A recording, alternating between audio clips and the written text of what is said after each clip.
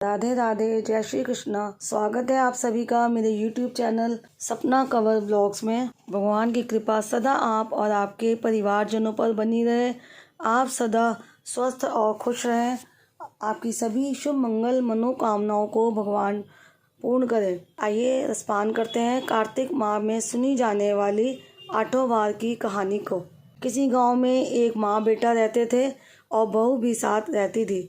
एक दिन सुबह माँ गंगा स्नान के लिए जा रही थी तो बहू से कह गई कि मेरे बेटे को सुबह रोटी दे देना।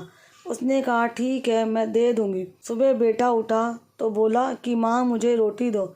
यह सुन उसकी पत्नी आई और बोली कि ना तो तुम्हारी माँ यहाँ है और ना ही रोटी, कुछ कमा कर लाओगे तो ही मैं रोटी दूंगी। वह बोला भगवान मैं कमाना नहीं जानता हूँ, लेकिन बहू नहीं मानी। उसने कहा अच्छा तुम 4 रोटी आम के अचार के साथ ही दे दो। बहू ने 4 रोटी बनाई और अपने पति को दे दी। वह रोटी लेकर कुएं की मुंडेर पर आकर बैठ गया और भगवान को याद करके कहने लगा। वह बोला राम मैं कमाना नहीं जानता हूँ। भगवान उसकी बात सुन ब्राह्मण का वेश बनाकर आए और कहने लगे कि तुम इतने उदास क्यों बैठे हो। वह बोला मेरी पत्नी ने कहा है कि जब तुम कमाना जानोगे और कमा कर लाओगे तभी रोटी मिलेगी, लेकिन मैं कमाना नहीं जानता। भगवान बोले कि मैं भी कमाना नहीं जानता हूँ, लेकिन मैं 8 वारों के नाम जानता हूँ, इससे तुम्हारे घर अटूट भंडार भर जाएंगे। भगवान बोले कि तुम चावल के दाने को ले लेना और पत्नी की घंटी लेना। जो बर्तन ढके हुए हैं उनका मुंह खोल देना। जो घर के बर्तन उल्टे पड़े हैं उन्हें सीधा कर देना। भगवान के रूप में ब्राह्मण ने कथा कही और उसने सुनी। रविवार, सोमवार, मंगलवार, बुधवार, बृहस्पतिवार, शुक्रवार, शनिवार 8 वार का आसरा भरिए पीहर सासरा। इसके बाद उसके घर में अटूट भंडार होते चले गए। घर पहुंचा तो उसकी पत्नी ने पूछा कि क्या लाए हो। उसने कहा कि 8 वार का नाम लाया हूँ। पत्नी ने सोचा चलो कुछ तो लाया है। फिर बोला कि चावल के दाने और पानी की घंटी ला।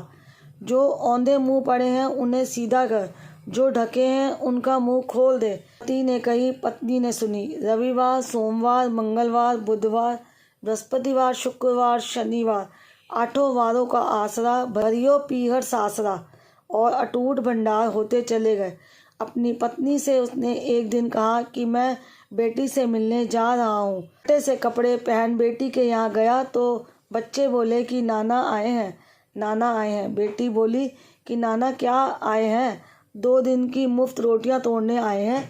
बेचारा सोचने लगा कि गरीबी सब कहलवा देती है मुख से। पिता ने बेटी से कहा कि बेटी मेरी 8 वार की कहानी सुन ले।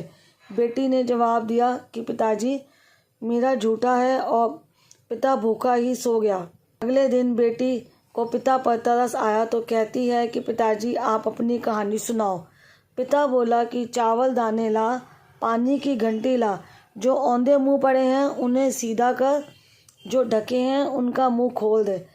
पिता ने कही, बेटी ने सुनी। रविवार, सोमवार, मंगलवार, बुधवार, बृहस्पतिवार, शुक्रवार, शनिवार 8 वारों का आसरा भरियो पीहर सासरा और अटूट भंडार होते चले गए।